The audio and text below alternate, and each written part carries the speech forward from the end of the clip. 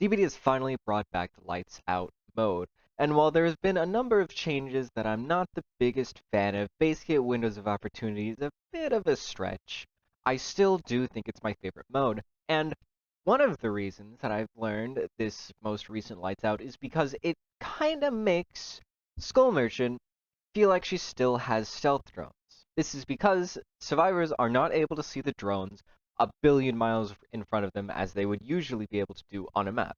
This means that you can actually use your drones to cut off choke points outside of chase instead of just using them as anti-loop tools. So, when you put these drones off, a survivor will sometimes not being able to see in front of them, looking around for you because they're so scared trying to find where you are, while running around the map to get unhooks or to find another gen or what have you. They'll get scanned a number of times throughout the match. Even just a few of these scans, like 3 or 4, can make a pretty big difference in how effective Skull Merchant feels. The biggest issue with Skull Merchant is just that it takes a long time to get those scans mid-chase. And when you can cut off 1/3 of the time that you spend and only need 2 scans in chase to actually get your injure, it makes a pretty big difference. And I think that Lights Out is the perfect encapsulation of why they should bring back stealth drones in some way to the next Skull Merchant. Because it creates a second way for you to use your drones and rewards you for an entirely different mindset, where instead of going for just loops, you want to put them into choke points, not even necessarily where you will walk through, but where survivors will walk through. And I think that this Lights Out really shows how important that is and how sad it is that they got rid of that aspect of her kit, because it really is an entire section of her skill expression that just got deleted. They have mentioned in their FAQ that they do have a new version of a Skull Merchant rework, and I really hope that one of these components is bringing back stealth drones. My personal version, it's essentially a tripwire, where you put down the drone, and whatever direction you faced when you put down the drone, that's the direction the drone will stay. It won't rotate at all, it'll just stay there. After that, it has a little beam, not the full length of the beam, but just a short beam that goes out about 1 meter or so, and the rest of the beam is invisible, just like old stealth drones. It also would get rid of the orange ring that is shown on the ground, so survivors, instead of having to just look at the ground and see, oh, there's a drone here, they would actually have to look around corners and see, oh, this drone was put next to this wall. Oh, hey, there it is. Now I can crouch underneath it. This would be, I think, a much more interesting and engaging version of her stealth drone that would punish survivors who are too hasty while also giving another way for Skull Merchant to express skill and another way for her to use her drones. And in this match of Lights Out, I'm going to show you just how impactful it can be to have those drones. Okay, Shattered Square. Not a bad map for drones, but it is a little bit wide, so it does make it kind of difficult to put drones because there's so many avenues in which survivors can go. Let's do like this. It'll scan them while they come through that way. I'll probably put some drones. Okay, here's 2 survivors. I did kind of expose myself, but I don't think they really realized it. Survivors kind of expose themselves with their lanterns. That's a bit unfortunate. She probably gets scanned by those though, right? If she looks at me?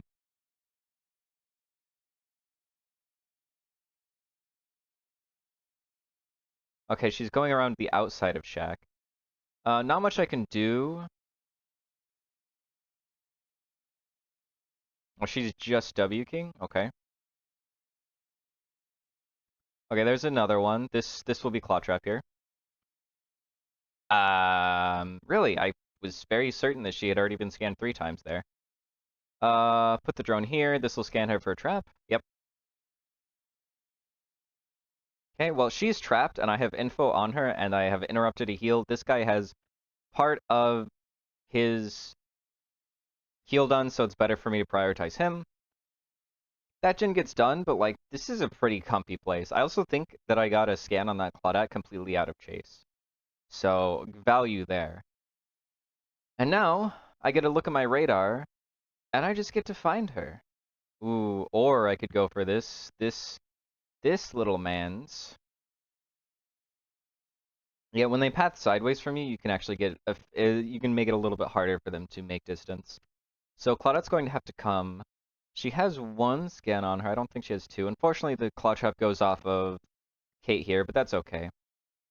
Did I just get another scan on somebody? I think that's two scans on her. It doesn't really matter. Yeah, I mean, she's healthy, so it didn't matter, but you did see her get scanned twice, pretty much entirely out of chase. Those were just unforced scans, I think that happened because she was not able to see the drone very well. And look at how much pressure. Look at how much pressure. Three scans. To be fair, a lot of this is just the simple matter of lights out, but still, if I could get her to walk far enough away that I could actually use my drone, that would be lovely. But what I'm going to do is I'm going to leave her. I'm going to put this drone here. Maybe she gets scanned, and I'm going to interrupt the people who are walking over from here. You get a scan. That right there, that's value. I've gotten multiple scans on both of these people. They weren't in chase. Yeah, I want to go for Hanato because she has 60 seconds of off the record. So value off of these two people. I kind of need them to reset to get full value, but like you can still see the concept when they get claw trapped, even if they're injured. That's a second scan on Kate, and there's a claw trap. See, an entire claw trap. I think maybe one of those scans from Intrace, but that's an entire claw trap just from what are essentially stealth drones. An entire claw trap. Just because survivors don't see the drones super easily. And now I have info on her, and when I finally do get into chase, she's already going to be hindered and affected by haste. Or hindered, and I'll get my haste off of her. So here's the value. See? Right there. This entire chase was significantly faster just because she got a claw trap from stealth drones, from an out of chase drones. This does not happen outside of lights out because survivors can see these drones so far away that they just can walk through.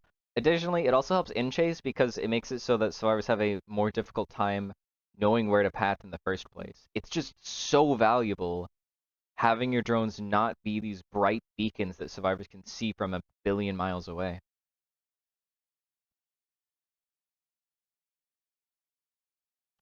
Uh, Fair.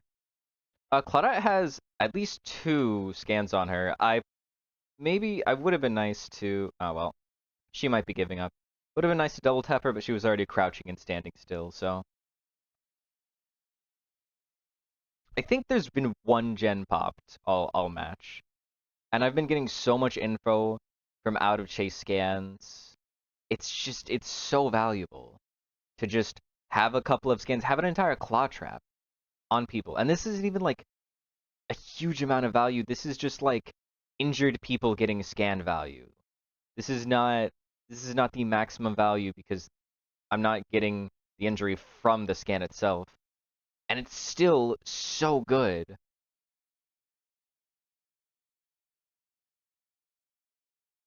I'm gonna chase David. If I wanted to win, I would just go for not though. I could definitely kill him. But I'm gonna chase David so this match lasts a little bit longer.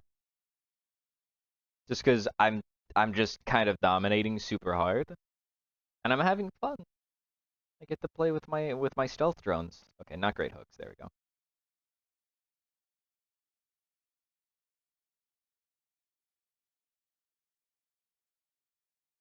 Mm. Oh well, Hanato. I guess your time has come. Yeah, they have like one gen at 50 and one gen at 75%. It's just such a small amount of progress.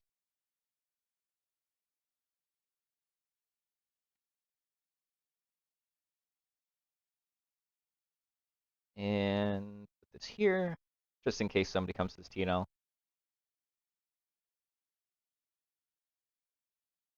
I mean, Lights Out really does emphasize the macro as opposed to the micro of Chase. Oh, there she is. It emphasizes just how important it is to be able to do things not just in Chase, both for Survivor and for Killer. Because the stronger you are outside of Chase, the harder this game mode is for survivors. I mean, you die if you stay here.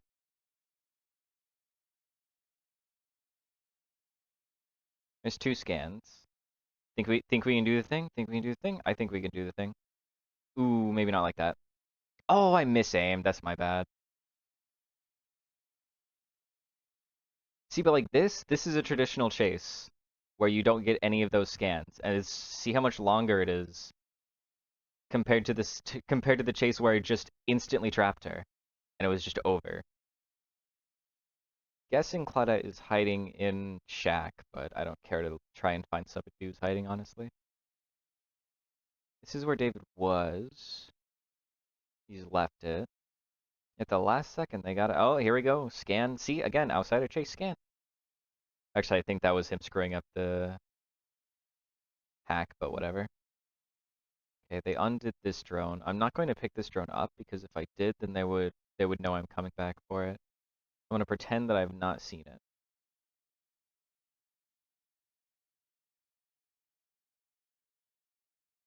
Shame, no grab.